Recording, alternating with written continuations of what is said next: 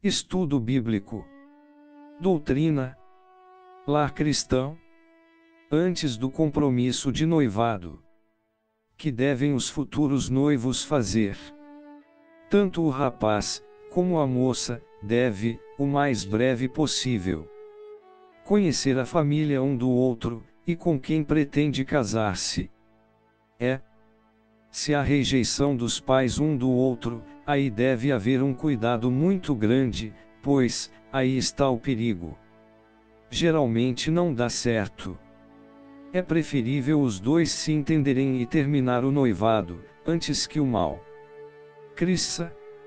Não há necessidade de pressa, este assunto necessita muita oração.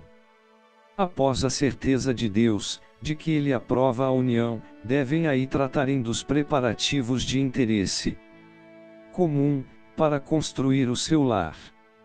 Discutir como vão arrumar a casa e os móveis, lugar onde vão morar. É muito importante que ambos conheçam as famílias e os costumes um do outro. Orientação dos filhos.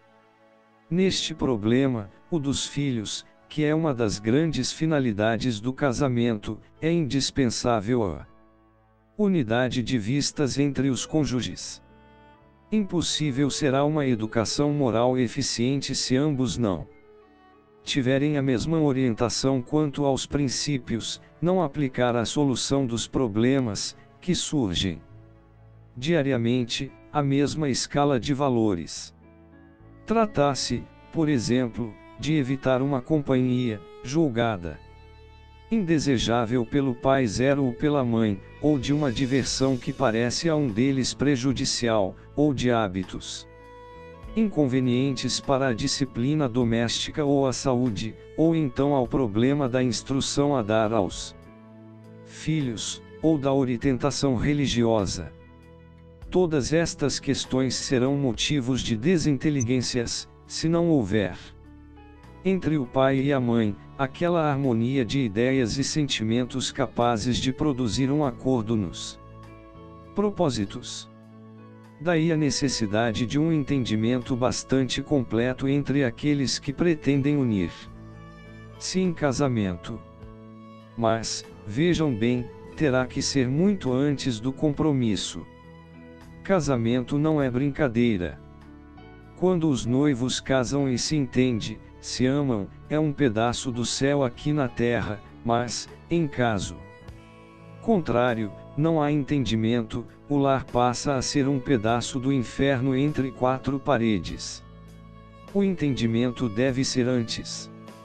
Em um prolongado convívio, a fim de saber os costumes de cada família. Em nossa sociedade existem variedades de costumes, o Brasil é muito grande. Os jovens de hoje, em nossas igrejas, têm bastante oportunidade de se conhecerem, em passeios, excursões, retiros, etc. A palestra entre jovens é natural. A atração dos sexos manifesta-se, inconscientemente, desde a primeira infância. Ela é legítima na juventude. A atração é recíproca e de conformidade com a ordem da natureza. E normal e digna de ser cultivada a amizade franca entre os moços e moças. O rapaz encontrará nessa camaradagem um estímulo aos sentimentos nobre, aprenderá a prezar a atração dos sexos no terreno da dignidade em que a natureza feminina a coloca geralmente. Mas, para que tal aconteça é preciso afastar de início o jogo de namorar por passatempo ou ficar, infelizmente, a nossa juventude é levada, desde a mais tenra idade a preocupar-se com o namoro, devido a sugestões de mau gosto de alguns adultos. Não há mal algum no namoro. Mas ele tem seu lugar na idade própria. O amor é uma coisa sagrada, dom de Deus, e portanto, não é brincadeira. Deve haver camaradagem, visitas domiciliares entre a mocidade de ambos os sexos, com o objetivo de cultivar relações de amizade, e que talvez, daí alguma inclinação afetiva mais sólida, que venha a dar um casamento, mas, isto não deve ser a condição, nem o pretexto de tais vestes. A camaradagem entre os jovens de ambos os sexos, deve conservar-se alheia aos namoricos, às preguiças sentimentais, aos bilhetes amorosos e aos versos. O namoro infantil é ridículo e inepto, bem como o namoro diversão que assume um aspecto funesto quando abusa da liberdade. Afinal, que é o namoro? Entendemos que, entre jovens crentes, deve ser uma escolha orientada por Deus. É, na adolescência, que você começa a sentir atração pelo sexo oposto. Já vimos que isto é normal. Foi Deus quem colocou isso dentro de nós. Lembremos, porém, o que disse Salomão: tudo tem uma ocasião própria. Eclesiastes 3:1. Todos nós precisamos sentir atração sexual, se assim não fora, não haveria casamento. Quem fez o sexo? Por que conselho, e tanto conselho e mistério? As moças e rapazes ouvem coisas negativas a respeito do sexo. Que vergonha!